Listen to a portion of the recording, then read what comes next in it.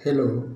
आज हम लोग ड्रिल बीट के बारे में पढ़ेंगे। Study of drill beat. Drill beat क्या है? ये जो ड्रिल बीट है, ये ड्रिल बीट लकड़ी में होल करने के लिए या दीवार में होल करने के लिए, लोहे में होल करने के लिए एक इंस्ट्रूमेंट्स है। इसकी सहायता से हम होल करते हैं लकड़ी में, लोहे में या दीवार में, कंक्रीट में होल करते हैं। तो ड्रिल बीट किन किन साइज का होता है, उसका साइज किस किस साइज का होता है, इसके बारे में पढ़ने की कोशिश करते हैं कि यह जो है कि इसका साइज हम कैसे याद रखें, या इसका बनाने वाला जो मैन्युफैक्चर कंपनी है इसको किस किस साइज में बनाती है, इसको हम आज देखते हैं। देखिए, सबसे पहले करना है क्या कि ये जो 1 इंच है, 1 इंच है, 1 इंच को हमें डिवाइड करना है 1 से, 2 से, 4 से, 8 से, 16 से, 32 से या 64 से। 1 इंच को हमें या तो 1 से डिवाइड करेंगे, या 2 से करेंगे, या 4 से करेंगे, या 8 से करेंगे, या 16 से करेंगे, या 32 से करेंगे। ठीक है, तो इसका मतलब ये हुआ डिवाइड करेंगे। अब देखिए आगे क्या है। ऊपर में अंश और नीचे में, नीचे वाले को हर कहते हैं। तो अंश में हमारे वो मान होंगे, अंश में हमेशा और नंबर को, अंश में हमेशा और नंबर को बढ़ते क्रम में तब तक लिखा जाता है जब तक कि वह हर से एक कम ना हो जाए। ठीक है, तो ऊपर में कौन कौन सा नंबर आएगा, जो नंबर नीचे प्रयोग करेंगे उससे एक कम नंबर ऊपर में आना चाहिए। ठीक है, तो नीचे में प्रयोग होने वाला अंक कौन कौन है? 1, 2, 4, 8, 16, 32, 64। ठीक है, तो ऊपर में हमेशा, नीचे देखते हैं, नीचे जो है कि इवन नंबर है, ऊपर हमेशा और नंबर आता है, और वो और नंबर जो है कि नीचे वाले अंक से एक अंक कम तक रहता है। अब जैसे एग्जांपल के लिए हम 1 इंच डिवाइडेड बाय 16, 1 इंच को 16 से डिवाइड करना है।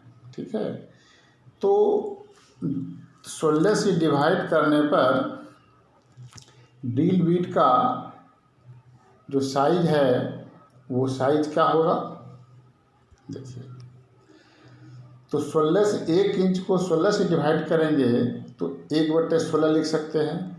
दूसरा ड्रिल बीट का साइज 3/16 होगा। तीसरा 5/16, 7/16, 9/16, 11/16, 13/16 और 15/16 होगा। ठीक है, क्योंकि नीचे 16 है तब अगला अंक जो है कि 15 से ज़्यादा नहीं होगा। तो अगर 1 इंच को 16 से डिवाइड कर रहे हैं तो मेरे पास कुल साइज हो गया ड्रिल का 8 टाइप का, 8 साइज का ड्रिल बीट हमें मिलेगा 16 से डिवाइड करेंगे। ठीक उसी तरह से अगर हम 1 इंच को डिवाइड करते हैं 8 से तो क्या होता है? तो क्या लिखेंगे? ऊपर में और नंबर चलेगा, नीचे में 8 8 चलेगा। तो 8 से डिवाइड कर रहे हैं तो ऊपर में कहाँ तक जाएंगे? 7 तक जाएंगे और नंबर तक। तो 1/8, 3/8, 5/8, 7/8 तक जाएगा। तो इस तरह से अगर हम 1 इंच को 8 से डिवाइड करते हैं तो मेरे पास 4 साइज का ड्रिल बिट मिलता है। वो कौन कौन सा है? 1, 8, 3, 8, 5, 8, 7, 8 का ड्रिल बिट मिलता है। ठीक है, अब देखिए, अब आपको देखना है कि 1 इंच जो होता है वो 1 इंच, जैसे 1 इंच है ये, 1 इंच में 25.4 mm होता है और 1 इंच को 8 सूत्र कहा गया है। 1 इंच का वैल्यू 8 सूत के बराबर है, अर्थात 8 सूत जो है वह 1 इंच के बराबर हो गया, और वो उसको mm में रखेंगे तो 25.4 mm हो गया। ठीक है, तो इस तरह से अगर हमको ड्रिल बीट का साइज सूत में निकालना है तो इंच को 8 से गुना कर देंगे, और mm में निकालना है तो इंच को 25.4 से गुना कर देंगे, तो वही ड्रिल बीट mm में हो जाएगा। ठीक है, तो सूत निकालने के लिए 8 से गुना करते हैं इंच को, और mm निकालने के लिए 25.4 से गुना करते हैं। ठीक है, इस तरह से मेरा ड्रिल बीट का साइज निकाला जाता है।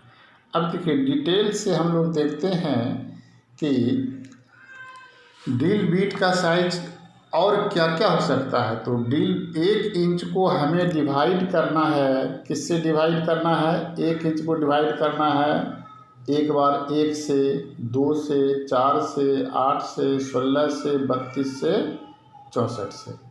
अब देखिए पहला में क्या है, 1 इंच को हम 1 से डिवाइड कर रहे हैं तो साइज हो गया, ड्रिल बीट का साइज हो गया 1 इंच। कितना बीट निकला? 1 नंबर बीट निकला। अब देखो 1 इंच को डिवाइड करेंगे 2 से, तो 2 से डिवाइड करेंगे तो क्या हो गया, 1/2 हो गया। तो 1/2 जो हो गया यह ड्रिल बीट का एक साइज हो गया 1/2, और इसकी संख्या 1 हो गई। तीसरा देखिए 1 इंच को जब हम 4 से डिवाइड करेंगे तो इसमें कौन कौन सा आएगा? तो 1 इंच को जब 4 से डिवाइड करेंगे तो मेरे पास 1/8 इंच का, 3/8 इंच, 5/8 इंच और 7/8 इंच, ये 4 साइज का ड्रिल बीट निकलेगा, अर्थात नंबर ऑफ ड्रिल बीट की संख्या 4 हो गई। ठीक है, अब देखिए जब हम 1 इंच को 16 से डिवाइड करते हैं तो क्या होगा, कौन कौन साइज होगा ड्रिल बीट का? 1/16, 3/16, 5/16, 7/16, 9/16, 11/16, 13/16, 15/16। तो हमेशा नीचे वाले से 1 कम तक बढ़ना है आउट केस में। इस तरह से हम 1 इंच को जब 16 से डिवाइड करेंगे तो मेरे पास कुल बीट की संख्या 8 होगी। ठीक है, जिसका साइज आप इस कॉलम के अंतर्गत देख रहे हैं, यही सब साइज आपको मिलेगा। अब आगे देखते हैं, जब 1 इंच को हम 32 से डिवाइड करते हैं, 1 इंच को 32 से डिवाइड करते हैं तो कौन कौन सा साइज मिल सकता है? तो 1 इंच को 32 से डिवाइड करने की स्थिति में ऊपर में हमें ऑड नंबर से बढ़ता हुआ कहाँ तक, 31 तक जाना है, और नीचे तो सब में 32 रहेगा। तो कौन कौन सा साइज हो जाएगा 32 में? 1/32, 3/32, 5/32, 7/32, 9/32, 11/32, 13/32, 15/32, 16/32, 19/32, 21/32, 23/32, 25/32, 27/32, 29/32 और 31/32। इस तरह से 1 इंच को जब हम 32 से डिवाइड करते हैं तो मेरे पास कुल ड्रिल बीट की संख्या 16 मिलता है।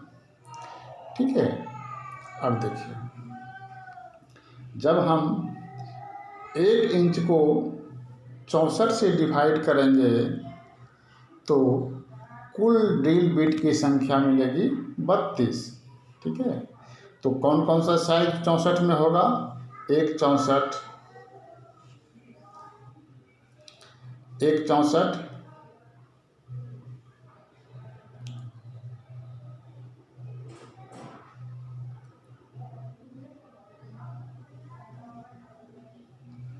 1 64, 3 64, 5 64, 7 64, 9 64, 11 64, 13 64, 15 64, 17 64, 19 64, 21 64, 23 64, 25 64, 27 64, 29 64, 31 64, 33 64, 35 64, 37 64, 39 64 41 64 43 64 45 64 47 64 49 64 51 64 53 64 55 64 57 64 59 64 61 64 63 64, क्योंकि 64 से ऊपर नहीं बढ़ना है और नंबर 63 तक रहना है, कम रहना है।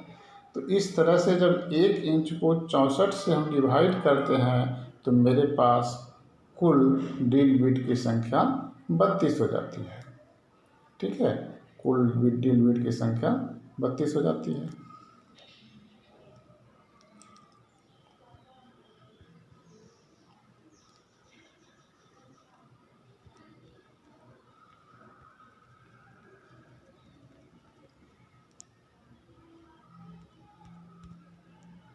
अब देखिए, इस तरह से जब हम 1 इंच को किससे किससे डिवाइड किए थे, 1 से, 2 से, 4 से, 8 से, 16 से, 32 से, 64 से डिवाइड किए थे। तो जब हम 1 से डिवाइड किए थे तो मेरे पास बीट की संख्या एक प्राप्त थी। जब 2 से डिवाइड किए थे तो बीट की संख्या 1, 4 से किए थे तो 2, 8 से किए थे तो 4, और 16 से किए थे तो 8, 32 से किए थे तो 16 और 64 से किए थे तो 32। इस प्रकार कुल ड्रिल बीट की संख्या 64 हो गई। तो जो ड्रिल बीट कंपनी जो बनाती है वह ये 64 साइज का ही बनाती है। ड्रिल बिट 64 साइज का ही बनाती है। तो क्यों बनाती है, कैसे बनाती है, या इसको याद रखने का क्या टेक्निक है, इसको आपने देखा भी। ठीक है, अब हम देखते हैं आगे कि सबसे कम साइज और सबसे अधिक साइज। सबसे कम साइज क्या हो सकता है और सबसे बड़ा साइज क्या हो सकता है और उसके बीच में क्या हो सकता है। तो इसको हम समरी वाइज देखते हैं कि summary of drill bit in सूत।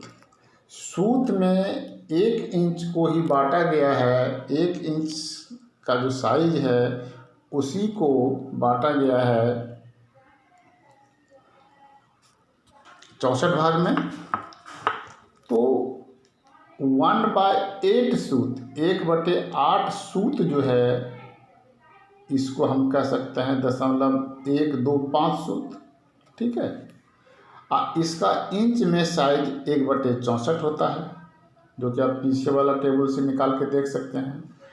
अब इसको mm में कन्वर्ट कीजिएगा कि कितना mm का होगा। तो 1/64 को आप गुना कर दीजिए, क्या गुना कर दीजिए कितना से, 25.4 से कीजिएगा गुना, तो आपको हो जाएगा 0.39687 mm।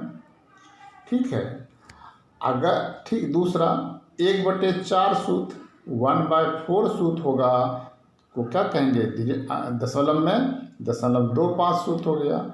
इसका साइज इंच में 1/32 होता है, 1/32 इंच। इसको mm में देखेंगे तो इसको फिर आप जो है कि 25.4 से गुना कर देंगे तो 0.9 mm 7.7 mm होता है। फिर उसी तरह से आधा सूत मतलब 0.5 सूत 1/16 को कहते हैं, mm में साइज ये होता है। ठीक है, फिर 3/4 सूत, पौने सूत का जो साइज है वो 3/32 इंच का लाता है, जिसका mm में साइज इतना होता है। ठीक है, अब देखिए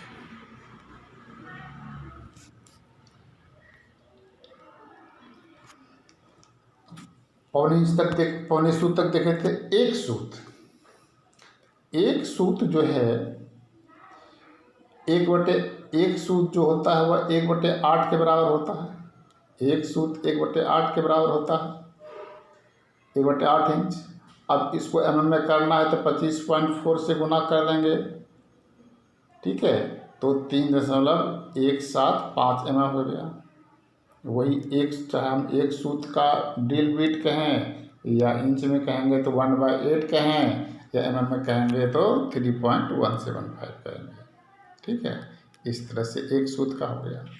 इसी तरह से सवा सूत होता है 532, 1.5 सूत होता है 316, पौने 2 सूत होता है 732 और 2 सूत होता है जिसको क्वार्टर सूत भी कहते हैं, 2 सूत होता है आपका 1/4 इंच।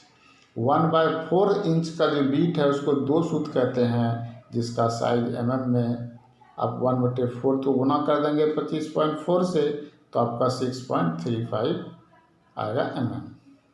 ठीक है, 6.3 mm का आपका जो है कि ये 2 सूत का ड्रिल बिट कहलाएगा।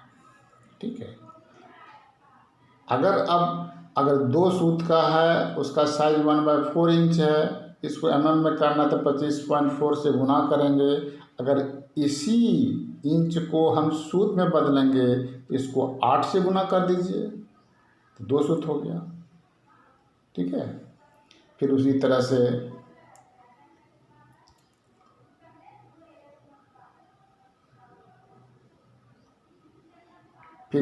से सवा 2 सूत, 2.5 सूत, पौने 3 सूत, 3 सूत, तो सवा 2 सूत का 932 कहलाता है, 2.5 सूत का 532, पौने 3 सूत का 1132, 3 सूत का 3/8 इंच।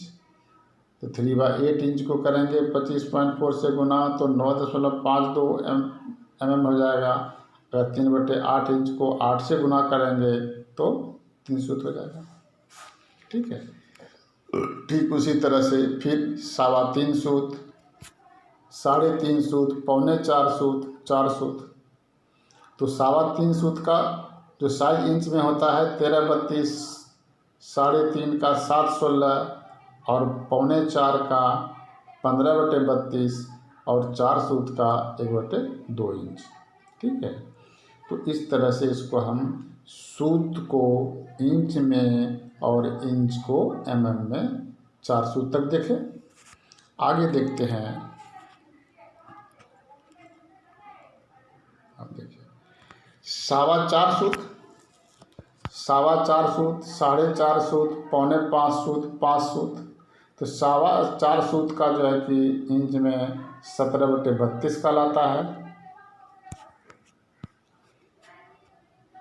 4.5 सूत 9/16 कहलाता है। पौने 5 सूत 19/32 को कहते हैं। 5 सूत 5/8 इंच को कहते हैं, जो कि mm में 15.875 mm होता है। ठीक है, ठीक उसी तरह से फिर आगे बढ़ेंगे। सवा 5 सूत, 5.5 सूत, पौने 6 सूत, 6 सूत। अब सवा 5 सूत को 21/32 के नाम से, 5.5 को 11/16 इंच, पौने 6 सूत को 23/32 इंच और 6 सूत को 3/4 इंच, मतलब 19 mm होगा।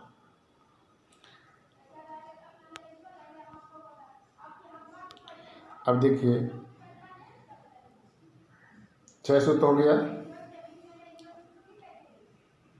6 सूत के बाद फिर सवा 6, 6.5, पौने 7, 7, तो सवा 6 सूत जो कहलाता है 25/32 इंच, 6.5 सूत 13/16 इंच और पौने 7 सूत 27/32 इंच और 7 सूत 7/8 इंच। ठीक है, जिसका कि mm में 22.22 mm होता है। फिर आगे देखिए सवा 7 सूत, 7.5 सूत, पौने 8 सूत, 8 सूत, कि हम 1 इंच को ही डिवाइड कर रहे थे तो मैक्सिमम 8 सूत तक ही होगा। का 1 इंच को डिवाइड कर रहे थे तो मैक्सिमम 8 सूत होगा, तो इसलिए 8 सूत तक ही है। तो सवा 7 सूत, 7.5, पौने 8 और 8, तो सवा 7 सूत जो साइज होता है इंच में 19/32 को कहते हैं और 7.5 सूत 15/16 इंच को कहते हैं। पौने 8 सूत 31/32 इंच को कहते हैं और 8 सूत 1 इंच को कहते हैं, जो कि 25.4 mm होता है। अब देखिए यहाँ पर देखना है कि अगर हमको इंच में साइज सूत का दिया हुआ है, ठीक है, इंच में साइज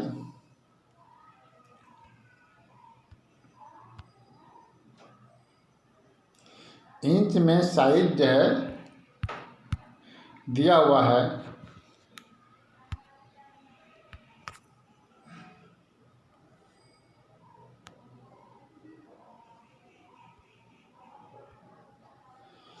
इंच में अगर साइज दिया हुआ है ये 1 इंच, तो इसको हम गुना कर देंगे कितना 25.54 से, तो निकल जाएगा। फिर उसी इंच को हम 8 से गुना कर देंगे तो सूत निकल जाएगा।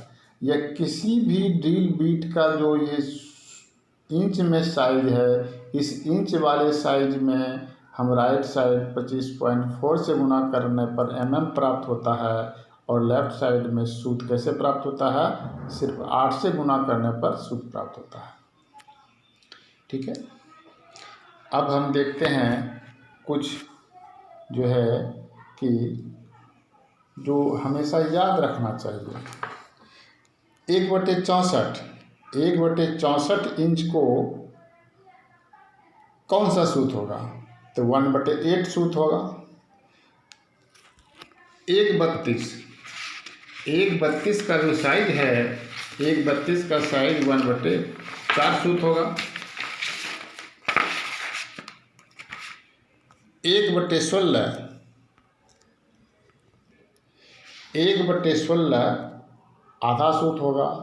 3/32 को हम पौने सूत कहते हैं। 1/8 को 1 सूत कहते हैं। ठीक है। 1/4 को 2 सूत कहते हैं।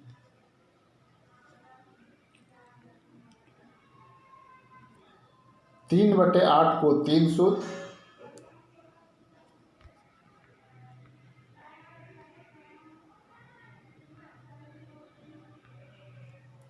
3/8 को 3 सूत, 4/8 को कट जाएगा 1/2 को 4 सूत, 5 सूत के लिए 5/8 हो गया, 6 सूत के लिए 6/8 हो गया, 3/4 इंच हो गया, 7 सूत के लिए 7/8 इंच हो गया, 8 सूत के लिए 1 इंच हो गया।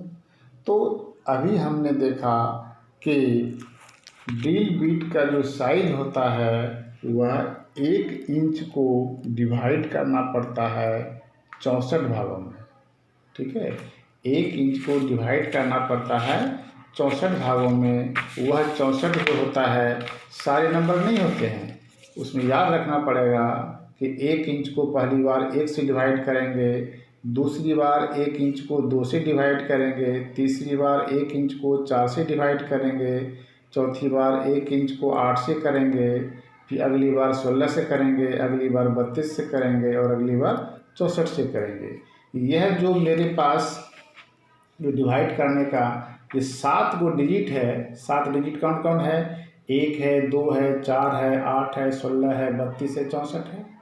ये सातों डिजिट से जब डिवाइड करने लगेंगे तो ऊपर देखेंगे, ऊपर हमें ऑड नंबर में तब तक बढ़ते जाना है जब तक कि नीचे वाले से एक कम ऑड नंबर ना प्राप्त हो जाए। तो इस तरह से 32 1 में, 2 में, 4 में, 8 में, 16 में, 32 में, 64 में डिवाइड करने पर कौन कौन सा बीट का साइज कंपनी बनाती है या बनता है उसको हमने देखा। साथ ही साथ देखा कि जो ड्रिल बीट है उसका सूत में क्या साइज होगा, इंच में क्या साइज होगा, और में क्या साइज होगा। तो ये एक अच्छा ज्ञानवर्धक बातें थी, स्टडी ऑफ ड्रिल बीट। ठीक है। आगे हम देखते हैं स्टडी ऑफ माइक्रोमीटर। माइक्रोमीटर क्या है?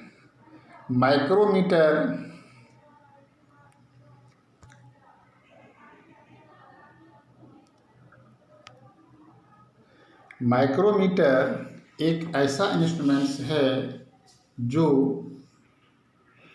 जिसकी सहायता से हम किसी का डायमीटर मापते हैं, किसी पदार्थ का डायमीटर मापते हैं, तार का डायमीटर मापते हैं, लोहे की मोटाई मापते हैं।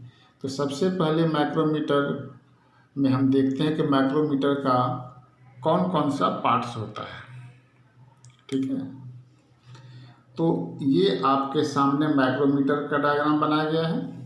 इसमें देखिए ये माइक्रोमीटर हम 0 से 25 mm के लिए वाला उदाहरण लिए हैं, पर यह माइक्रोमीटर 0 से 25 mm मोटाई तक को माप सकता है। इसमें देखिए ये वाला भाग इसको हम फ्रेम कहते हैं, बॉडी, इस वाले भाग को फ्रेम कहते हैं। ठीक है, इस फ्रेम के बाएं साइड में यहाँ जो फिक्स है ये वाला भाग फिक्स है। इसके अंदर होल है जिसके अंदर एक रड, स्टील की रड लगी रहती है, जिसमें कि 1 नंबर में दिखाया गया है। इसको 1 नंबर में इसको एनविल कहते हैं। यह फिक्स रहता है, यह मूव नहीं करता है, इसको एनविल कहते हैं। एनविल के जस्ट सामने वाला भाग यह भी उसी साइज का स्टील रड है जो कि आगे पीछे बैरल के अंदर आगे पीछे होता है। इसको स्पेंडल कहते हैं। इस वाले भाग को स्पेंडल कहते हैं।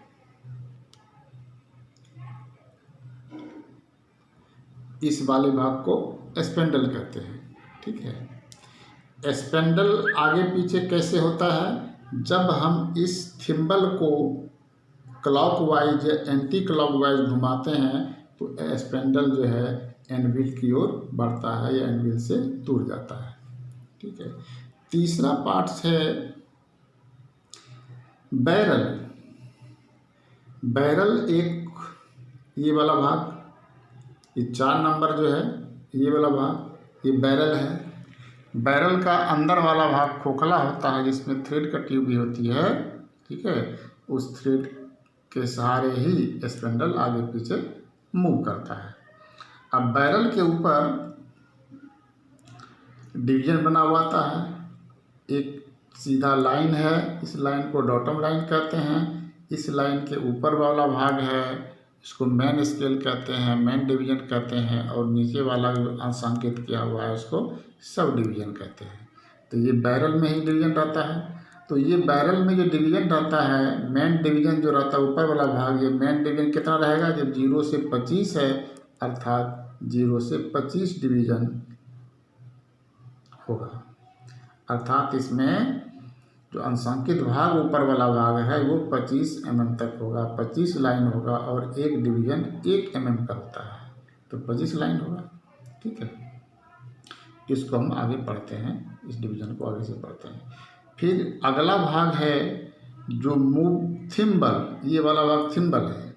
थिम्बल जो है, थिम्बल को हम क्लॉकवाइज या एंटी क्लॉकवाइज घुमाने पर स्पेंडल क्या होता है? बैरल के अंदर आगे पीछे होता है। ठीक है, और इस थिम्बल पर भी सर्कुलर पोजीशन में वृत्तीय पाथ पर डिवीजन बना रहता है। यह डिवीजन जो है 50 भाग में बटा हुआ रहता है, 0 से 50। ठीक है, ये 0 से 50 भाग में रहता है। और इस थिम्बल को घुमाते हैं।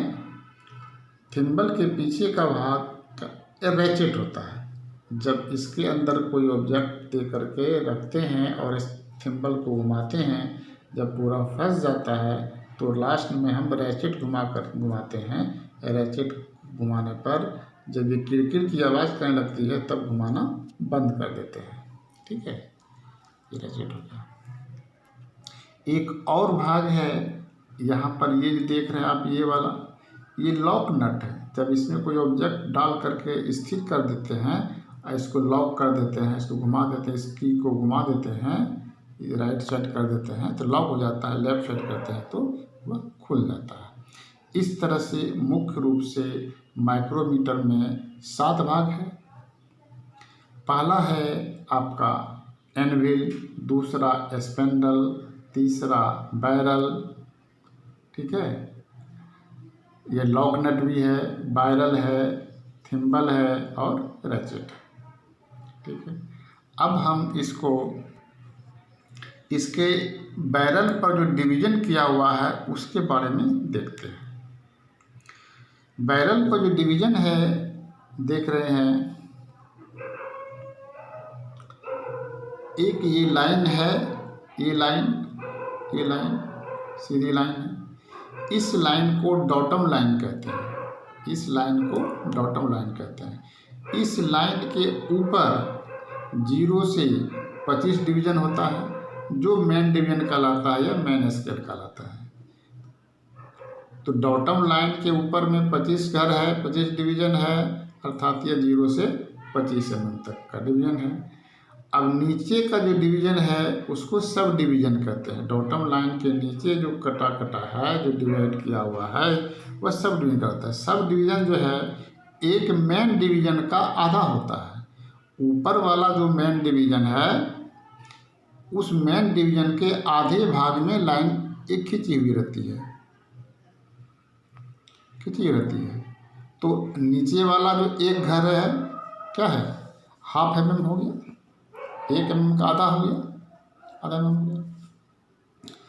तो ऊपर वाले एक घर का मान 1 mm है, अर्थात मेन डिवीज़न का डॉटम लाइन के ऊपर जो मेन डिवीज़न है उसका एक डिवीज़न का मान 1 mm है और नीचे वाले एक डिवीज़न का मान ½ mm है, 0.5 mm है। अब देखिए, अब थिम्बल पर भी डिवीज़न है। इस थिम्बल पर जो डिवीज़न है उसमें 50 डिवीज़न है। इसका टेक्निक क्या है कि जब थिम्बल का 0 वाला भाग डॉटम लाइन से मिलता हो, ठीक है, डॉटम लाइन से मिलता हो, तो उसके बाद हम इसको एक चक्कर, कंप्लीट चक्कर घुमाते हैं, एक पूरा चक्कर घुमाते हैं, तो सब डिवीज़न का एक घर आगे बढ़ जाता है या एक घर पीछे खुल जाता है।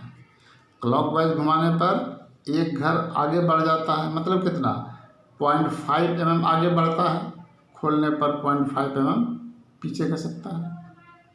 तो मतलब है कि ½ mm को 50 भाग में डिवाइड किया गया है थिम्बल पर, ठीक है। तो अब देखिए डिवाइड किया गया है,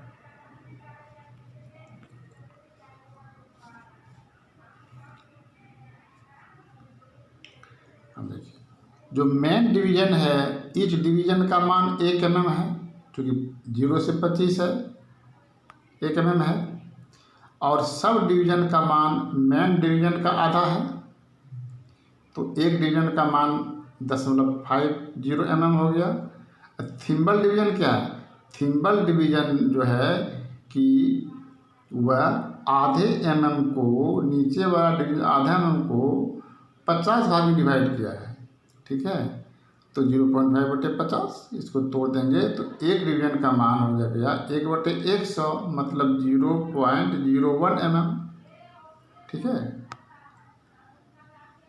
तो ये जो थिम्बल डिवीज़न है, इस थिम्बल डिवीज़न में एक डिवीज़न का मान 0.01 mm है और नीचे वाला जो सब डिवीज़न है इसमें एक घर का मान 0.5 mm है और ऊपर वाले एक घर का मान 1 mm है, ठीक है। इस तरह से इसका मेन पार्ट्स हो गया और इसका डिवीज़न का ये हो गया। अब हम किसी मान को लेते हैं कि इसमें हम किसी मान को कैसे काउंट करते हैं। तो थिम्बल क्या करता है, थिम्बल का अगर एक डिवीज़न अगर वैल्यू है तो वह 0.01 mm के बराबर हो गया और सब डिवीज़न डॉटम लाइन के नीचे वाला जो डिवीज़न है उस डिवीज़न का मान जो है कि 0.5 mm हो गया, ठीक है, और मेन डिवीज़न का मान 1 mm हो गया। अगर हम किसी ऑब्जेक्ट को, ठीक है, स्पेंडल और एनविल के बीच में रख करके थिम्बल को घुमा करके उस ऑब्जेक्ट को एनविल और स्पेंडल के बीच में कसते हैं और उस कसने की स्थिति में, ठीक है, कसने की स्थिति में जो थिम्बल का जो कोर है वह कोर मेन डिवीज़न से, इसको देखते हैं हम उधर से निकाल के, देखिए ये जो थिम्बल का कोर है ये वाला ये कोर मेन डिवीजन के जिसको टच करता है, पूरा पूरा जिसको टच करता है वह मेन डिवीजन का वैल्यू हो गया। उसके बाद नीचे वाला डिवीजन जो है वह कितना सा डिवीजन, कौन सा डिवीजन आगे है, पूरा पूरा अगर ऊपर नहीं टच करेगा तो नीचे वाला कोई डिवीजन आगे या पीछे रहेगा, तो उसका वैल्यू कितना है। और तीसरा, ये थिम्बल डिवीजन का वह डॉटम लाइन से कौन सा मान आगे या पीछे कितना मान है। ठीक है, इस तरह से 3 वैल्यू हमको देखना पड़ेगा। मेन डिवीजन का कितना वैल्यू है, सब डिवीजन कितना वैल्यू है और थिम्बल डिवीजन कितना वैल्यू है। ठीक है, अब हम मान लेते हैं कि एक रीडिंग ले रहे हैं, तो उस रीडिंग में मेन डिवीजन जो है करीब 3 लाइन क्रॉस किया हुआ है। तो एक डिवीजन का मान 1 mm है, तो पूरा मान 3 mm हो गया। सब डिवीजन डॉटम लाइन के नीचे वाले डिवीजन का मान, अगर वो एक घर क्रॉस किया हुआ है, मेन डिवीजन के बाद वाला जो निचला लाइन है वो एक वाला डिवीजन को टच कर रहा है, तो 1 × 0.50 मतलब कि 50 mm हो गया सब डिवीजन का मान। अगर थिम्बल डिवीजन 29वां डिवीजन अगर डॉटम लाइन के साथ मिल रहा है, तो थिम्बल डिवीजन का मान 29 × 0.01 हुआ। ठीक है, इस तरह से 0.29 mm हो गया थिम्बल डिवीजन का मान। ठीक है, अब देखिए इस सारे को हम जोड़ देंगे, कितना हो गया, सब मान जोड़ देंगे तो 3.79 mm। तो जो ऑब्जेक्ट हम एनविल और स्पेंडल के बीच में रखे थे, उस ऑब्जेक्ट का डायमीटर कितना हो गया, 3.79 mm हो गया। ठीक है, अब आगे देखिए ईरर, इसमें क्या ईरर हो सकता है। तो माइक्रोमीटर में जो ईरर होता है वो ईरर या तो पॉजिटिव होगा या निगेटिव होगा। माइक्रोमीटर का जो डॉटम लाइन है, ठीक है, डॉटम लाइन है, और थिम्बल पर जो डिवीजन किया हुआ थिम्बल का जो डिवीजन 0 मान है वह डॉटम लाइन के साथ सीधा मिलता हो। थिम्बल का 0 डॉटम लाइन से सीधा मिलता हो, तो उस माइक्रोमीटर में कोई ईरर नहीं होता है। ठीक है, जब थिम्बल का 0 डॉटम लाइन से नीचे रह जाता हो, जब थिम्बल का 0 डॉटम लाइन से नीचे रह जाता हो, तो उस केस में ईरर पॉजिटिव होता है। ठीक है, अर्थात उतना सा मान वह पहले से पढ़ रहा है, तो सारे कैलकुलेटिंग मान में वो मान घटा लेना पड़ता है। दूसरे केस में अगर थिम्बल का 0 डॉटम लाइन से ऊपर चला जाता हो क्लॉकवाइज डायरेक्शन में, तो यह मान निगेटिव होता है, अर्थात इतना सा मान वो कम पढ़ रहा है। जो मेन मान मेरा होगा वो उस मान में इस मान को जोड़ देना पड़ता है। ठीक है, इस मान को जोड़ देना पड़ता है। इस तरह से आज हम लोग देखे कि ड्रिल बिट का स्टडी किए और माइक्रोमीटर का स्टडी किए। थैंक्स।